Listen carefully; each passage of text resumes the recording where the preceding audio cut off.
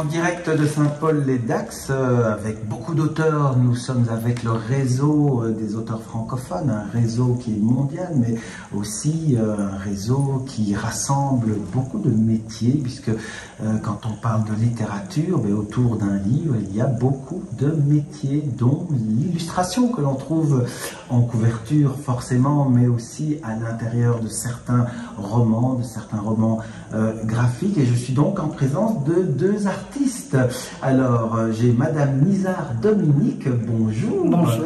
Vous êtes ici en tout cas et vous accompagnez votre mari, oui. Auteur que nous avons rencontré, nous avons invité à ce micro. Vous allez nous raconter aussi pourquoi vous êtes là également. Et puis, j'ai l'immense plaisir aussi de rencontrer Sandra Ankawat. Bonjour. Bonjour.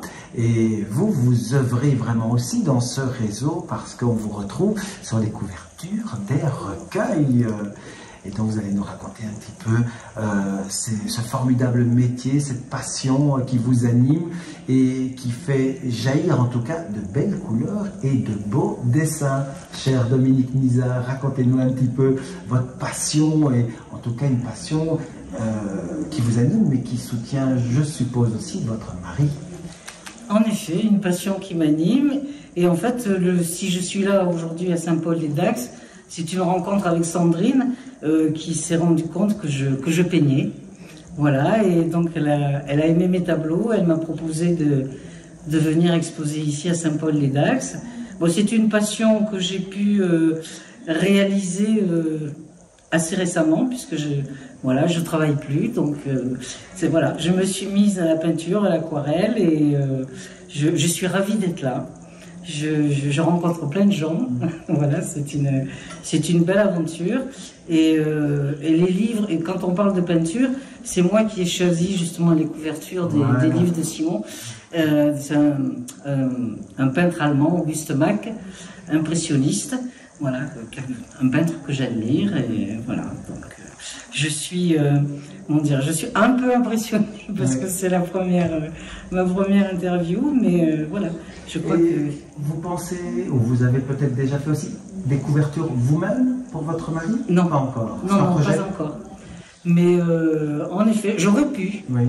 Mais j'ai préféré faire appel à des artistes reconnus. Ouais, quel est votre regard sur cette organisation?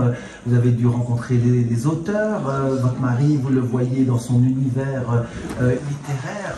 Que pensez-vous? Quelles sont vos émotions? Elles sont...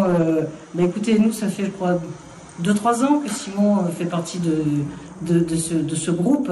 Et quand je l'ai découvert, par hasard, sur Facebook, et voilà, j'ai trouvé que c'était une aventure passionnante et une philosophie qui nous tenait à cœur, voilà, et donc je suis ravie. Et en fait, Simon devait participer au festival de Miami, mais qui avait été annulé. Et donc voilà, on participe au premier festival qui se tient en France, voilà, avec des gens qui viennent de tous les coins du monde. Voilà, et qui sont tous passionnés. Alors vous rencontrez des auteurs grâce à votre mari, époux, et puis vous rencontrez une autre artiste qui est, elle, impliquée dans le monde littéraire. Comment s'est déroulée cette rencontre, chère Sandra? La rencontre avec Dominique? Oui. Complètement par hasard en fait. Sandrine m'avait dit qu'effectivement j'exposais avec une autre artiste. Elle m'avait donné son nom, mais je ne savais pas du qui c'était. Et en discutant le soir du cocktail, avec Simon, parce que il faut savoir que Simon, son Nizar est un formidable orateur. Et j'ai fait la connaissance de Dominique, et là on s'est dit, ah mais donc c'est toi qui expose avec moi, et on était ravis parce que voilà, les artistes entre eux de toute façon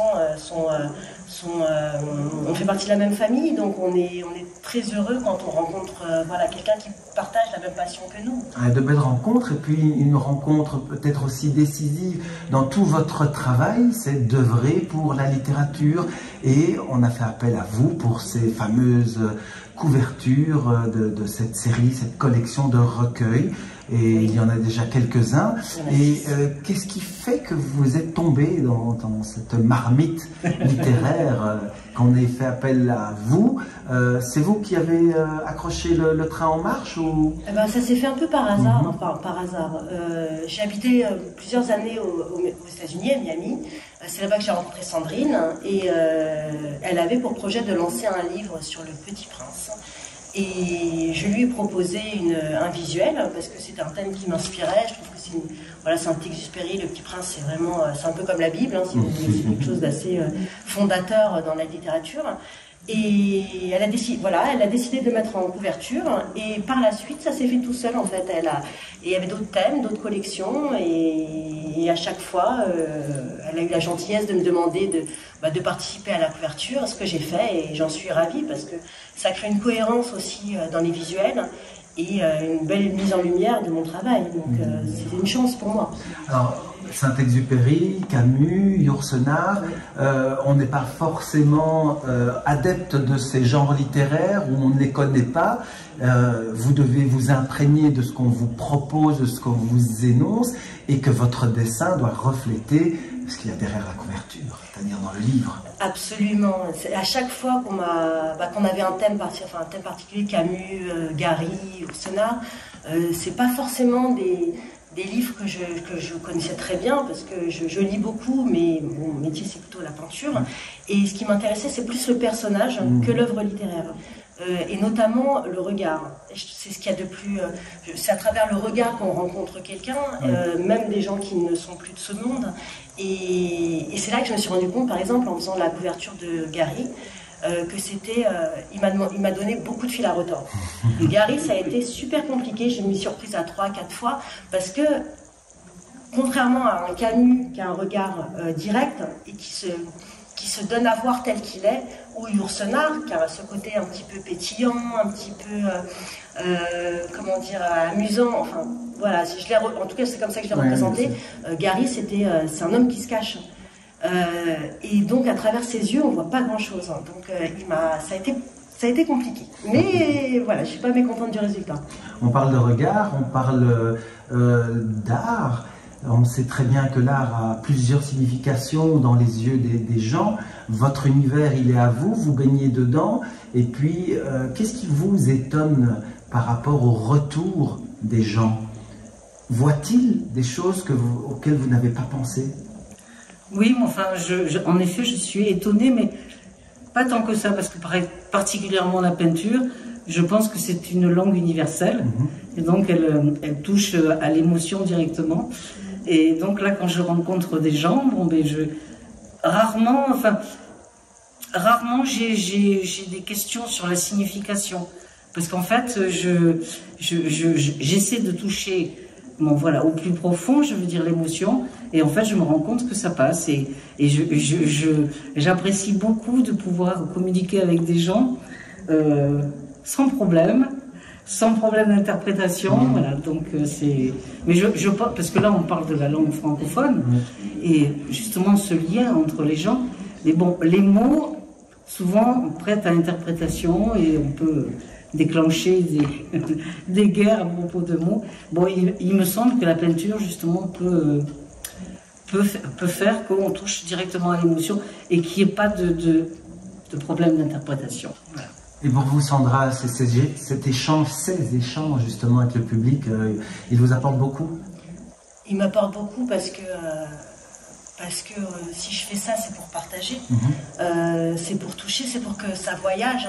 Et moi, je dis souvent que en fait, la peinture, c'est une faille qui parle à une faille. Nous sommes des êtres, donc deux failles. Et quand on peint, c'est parce qu'on veut exprimer une émotion et qu'on ne sait pas forcément faire autrement. Moi, j'ai pas forcément les mots, je suis pas à l'aise avec les mots, donc j'ai que le dessin. Et quand quelqu'un s'arrête et comprend, et que ça fait écho chez lui, et qu'il peut être touché, j'ai même vu des gens pleurer, c'est la plus belle récompense en fait, parce qu'on a communiqué, mais peut-être de façon, plus, c'est d'âme à âme, et c'est plus profond que le langage normal. Cher Dominique, vous peignez dans quel endroit? À quoi ressemble votre atelier ou en tout cas l'espace dans lequel vous peignez? C'est dans une pièce de la maison, parce qu'on habite à la campagne, dans une très grande maison. Et donc, je me suis aménagé un atelier. Simon a, lui, son lieu pour écrire. Et moi, j'ai mon atelier de peinture avec l'aveyron au bas de la maison. Voilà. Voilà. Et est-il en ordre? Comment? Votre atelier est en ordre? Oui, il est en ordre. J'aime bien pouvoir, voilà, j'ai 70 mètres carrés, donc de la place, hein. De la place. Sandra, il y a une très belle photo d'un atelier. Vous n'êtes plus dans cet atelier, mais il est magnifique. Vous avez déjà un nouvel atelier? J'ai un atelier qui est en travaux. En travaux. Donc c'est un ancien garage que je rénove pour en faire un atelier, dans lequel d'ailleurs je vais faire des cours de peinture et des ateliers, de peinture également. Un garage, il y a des fenêtres, il sera ouvert à l'extérieur. Oui, je fais poser des baies vitrées pour avoir le maximum de lumière. Et j'ai hâte parce que sans atelier, faire de la peinture à l'huile, c'est impossible parce qu'on en met partout. Il y a les temps de séchage, il y a les odeurs, c'est trop compliqué. Et ça veut dire que depuis 1 an et demi, en fait, je ne fais que de l'aquarelle. Voilà. Donc ça me manque. Ça vous manque. Qu'est-ce qui se passe dans votre tête quand vous avez tous ces projets? À quoi ressemble l'intérieur du cerveau d'artistes comme vous deux? Moi, je pense que qu'on soit artiste, c'est pas vraiment le problème, mais je pense que de toute façon, il faut être. Enfin, moi, je suis quelqu'un d'organisé, donc les choses importantes sont rangées dans des cases, et après, quand on passe à la peinture, ça n'a plus rien à voir avec le mental, et on est presque en état d'auto-hypnose. C'est très drôle parce qu'ici, dans les auteurs, il y a beaucoup de gens qui sont un peu dans cet univers-là, et on a beaucoup échangé d'ailleurs, et c'est. Voilà, c'est plus dans la tête, c'est le cœur, c'est le ventre qui parle, mais c'est pas la tête. Et chez vous, les projets se bousculent dans la tête? Les projets se bousculent, des expositions, voilà. Et puis, quand tout à l'heure on parlait de l'organisation, en effet, j'ai un atelier organisé, mais quand je peins, c'est un espace de liberté. Voilà, donc en fait, je ne sais pas vraiment ce que je vais peindre, mais en effet, beaucoup de projets. Puis j'essaie de trouver des galeries. Là, je vais exposer dans des offices du tourisme, des médiathèques. Voilà, mais beaucoup de projets, en effet. Eh ben, je vous remercie en tout cas pour ce partage. Je vais vous donner un petit travail en 1 minute 30. C'est du dessin, c'est de la peinture, c'est des couleurs. Vous avez sur la table quelques couleurs à exploiter. Je vais vous donner une petite feuille. Et bien pour vous, je vais plutôt vous dicter un imposé. C'est de me représenter selon votre vision d'artiste, eh bien le réseau